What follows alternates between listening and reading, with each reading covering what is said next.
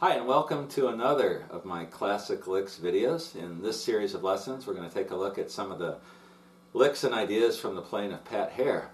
Pat Hare was a guitar player who played with Howlin' Wolf. He also played behind numerous other performers on Sun Records. He later played with Muddy Waters, and he played with people like Ma Rainey and Walter Bradford and some other lesser-known blues performers. His style is best known for its distorted tone, and especially the use of what we would call today power chords. Heavily distorted. Now I've got a solid state amp here, and I'm using an overdrive thing, but his sound was achieved through sheer volume and also through a tube amp. I'm not sure exactly what he played, but I've got some distortion here to give you an idea of the kind of sound that you're looking for. Again, listen to his recordings, and throughout the lesson I'll mention some of his more famous songs. We're going to start out and look at his single string playing. And Pat Hare played a lot in the first position blues box. In fact, almost entirely in the first position blues box. So first examples I'm going to show you are in the key of G. So if you take your first position G bar chord, he's going to be playing over that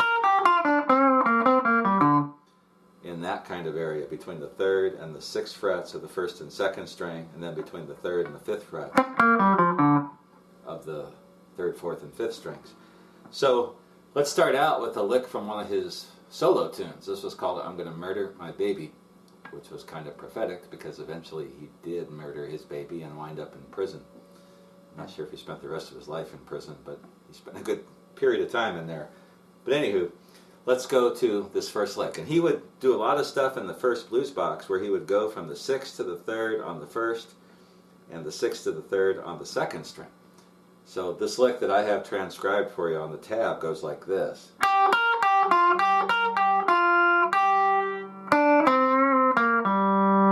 Something like that.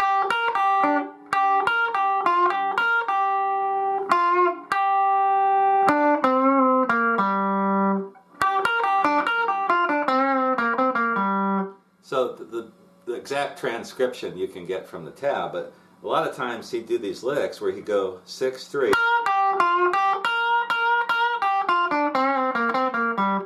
and bounce back and forth between the 6th fret of the 2nd string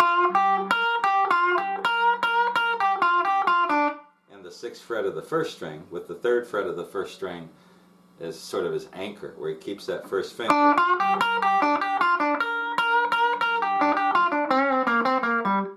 And that's a typical Pat Hare type run. A lot of his runs like that, he'll end up with the bends on the 3rd string, the G string. And again, that really menacing overdrive tone is what gives his bends a special quality. Got my first finger on the 3rd fret, second finger on the 4th, ring finger on the 5th fret of the 3rd string. And I'm just bending that G string up. So one more time.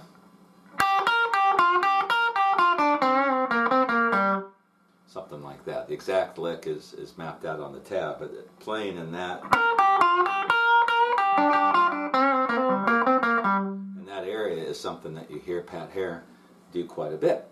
Now we'll take that same idea and we'll go from G all the way up to D. So now we've got our first position D bar chord, which is my first fingers at the 10th fret.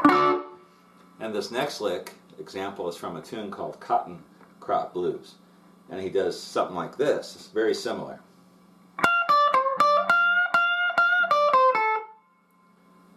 And then one more time.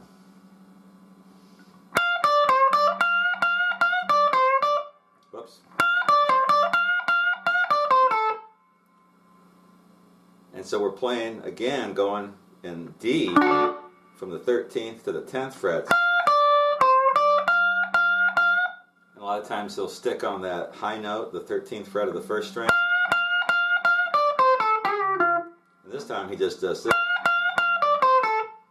where he winds up the lick from the 13th fret to the 10th fret of the 2nd string. So one more time, this one is tabbed out for you too. One more time. And there's another typical Pat Hare type single string run. Now if we take that the rest of the way, let's add something to that and do the whole lick. So we go like this.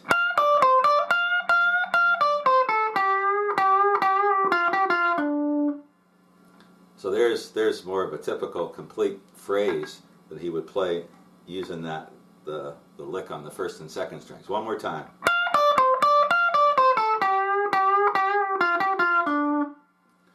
And again, winding up with those G string bends. So one more time.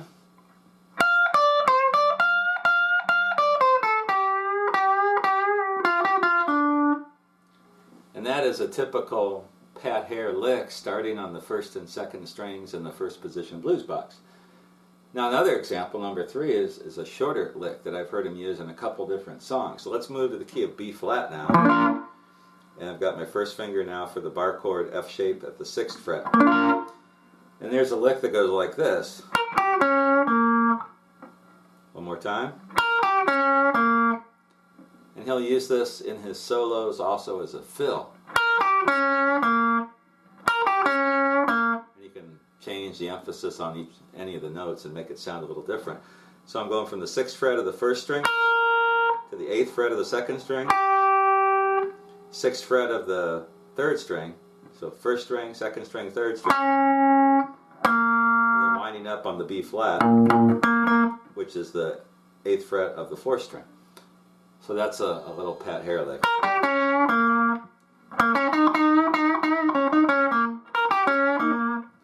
Throw that in a lot of different places. So that is lick number 3. Lick number 4. Here's another one in B flat, and this time we're going to go start from the 2nd string, 6th fret, and we'll do something like this. One more time.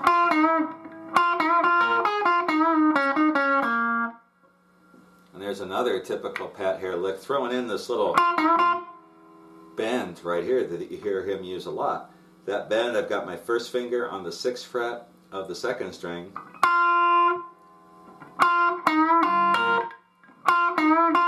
and I'm bending up on the 8th fret of the 3rd string. It's a 3-finger bend, but I'm using 2 fingers, 2nd finger on the 7th fret, ring finger on the 8th fret, and I'm keeping that first finger anchored in that position like I'm making an F bar chord. So the whole thing, that's the first part. Then we're going from the 9th fret of the 2nd string to the 6th fret, and then we're going to do the bend right here. Same old bend, we've used this before. So we're bending up, and we let go of the bend, and then we go to the 6th, 8th, back to the 6th, to the 8th fret of the 4th string. So one more time. And then the unique thing about that is the way he throws in that little lick. And we'll see later that lick used a little bit more by itself. So that's lick number 4. Lick number 5, we're going to stay in B flat. And this time he does something. Here's another example of a Pat Hare lick in the first position blues box.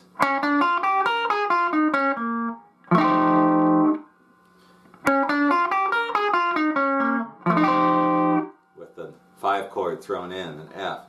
So what I'm doing is I'm starting off the lick on the 6th fret of the 3rd string to the 7th fret, 6 to 8 on the 2nd string, and then I'm going to get the 6th fret of the 1st string, 9th 2nd fret, 6th, or 2nd string, 9th 2nd string, 6th 2nd string. So the whole thing.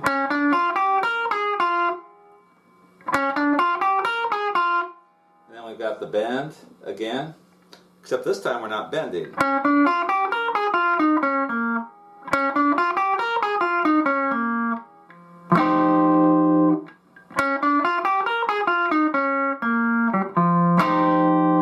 Something like that. And that chord that I throw in is an F 9th. We'll do some more with his chord work here in a little bit.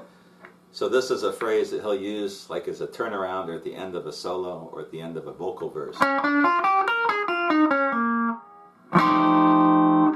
Or you could do something like this. is more typical Pat Hare. But that kind of lick. And you don't have to always bend the G string. Sometimes you can emphasize the 6th fret. Hold that, bend that with your first finger. Something like that. But that's another example of Pat Hare playing in the first position blues box. Again, in B flat, the next one, which is the 6th example that I have tabbed out for you. This one I really like. He does this walking thing on the almost a chromatic run on the 2nd string. And I've heard him do this in quite a few of his songs. It goes like this.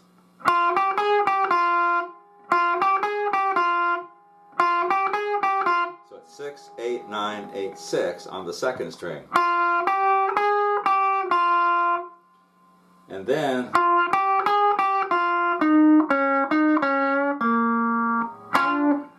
that's the whole lick that I have tabbed out for number 6. So the whole thing.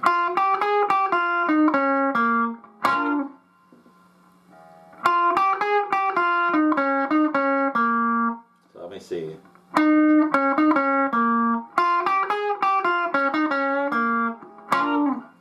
Something like that. There we go. So we're walking on the 2nd string. 6, 8, 9, 8, 6. 8th fret of the 3rd string. Then we can go back and forth between the 6th fret, 8th fret, 6th on the 3rd string.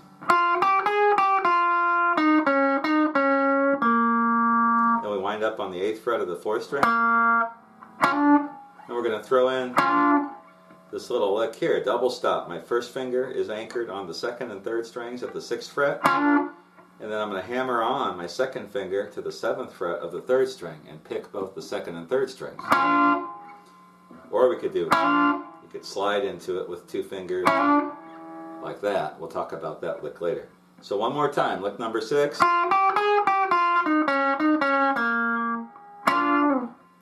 Something along those lines. One more time.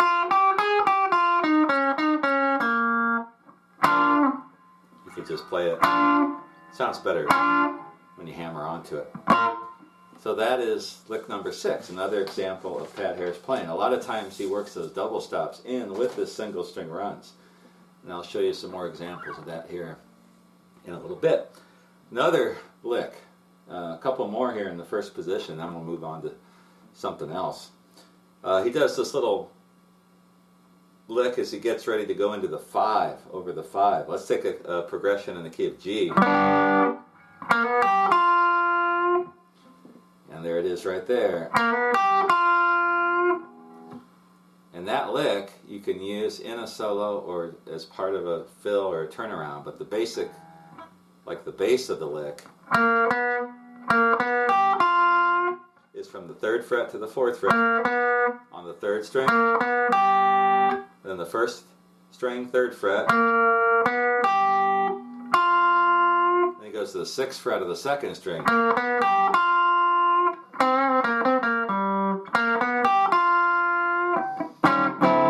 and it's right before he goes into the 5. That's when I've heard that lick. He uses it in different places, but there's one example.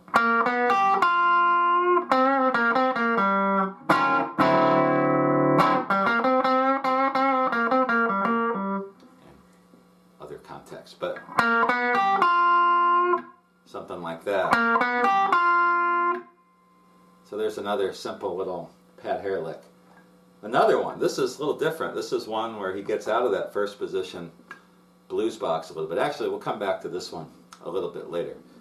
I'll include this in some various licks. But to sum up, a lot of his solos and playing are in this first position blues area. And I showed you some different ideas with mostly single string runs. In just a little bit I'll show you some double stops that he used. Before we do that, one of the most maybe identifiable traits of his playing is the way he plays over the 4 chord in his songs. So if we're playing in the key of G, and we're over the 1, you might hear. When he goes to the 4, you'll hear something like this quite a bit.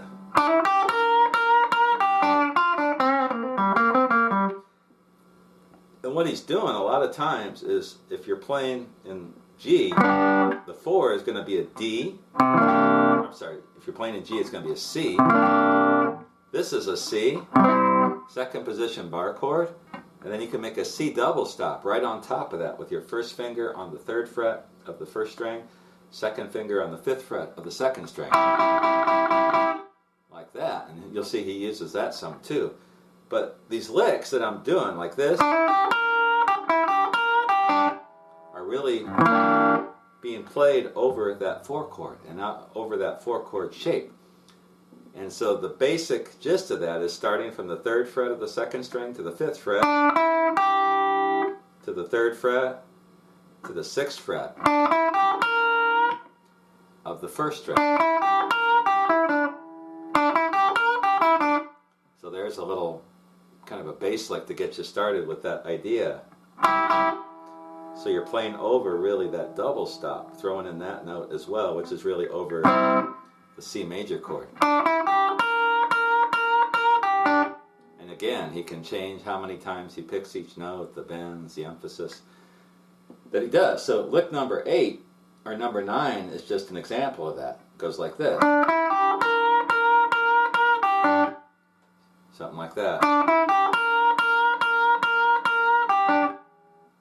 Now last part, I'm picking the 6th fret, then the 3rd fret of the 1st string, and ending it on the 3rd fret of the 2nd string.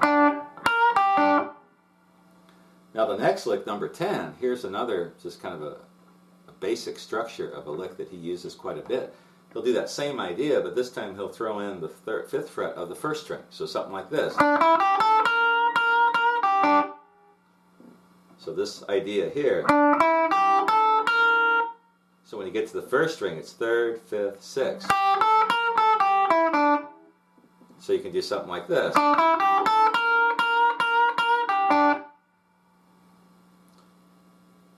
Just like that. So listen to the difference. Without that 5th string or 5th fret, with the 5th fret of the 1st string, and you can do all kinds of different licks starting out playing over that 4 chord. But if you listen to Pat Hare's playing on a lot of his songs and his solos and his fills, when the song is over the 4 or in the key of G, the C, he starts out his lick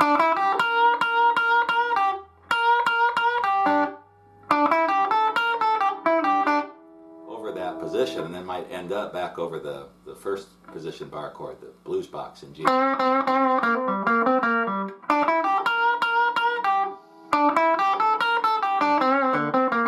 Something like that. So that idea, when you hear Pat Hare's playing, you know, he's really just following the pattern of that 4 chord.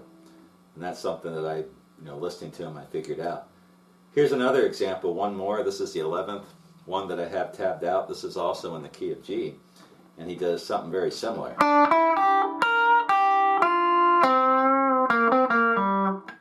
So, and there's another one.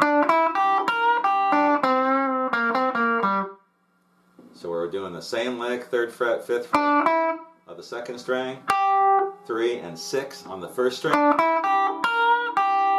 to the 3, and then the 3rd fret of the 2nd string, and that bend on the G string, and that back and forth between the 3rd fret, which he does quite a bit on the G string. We'll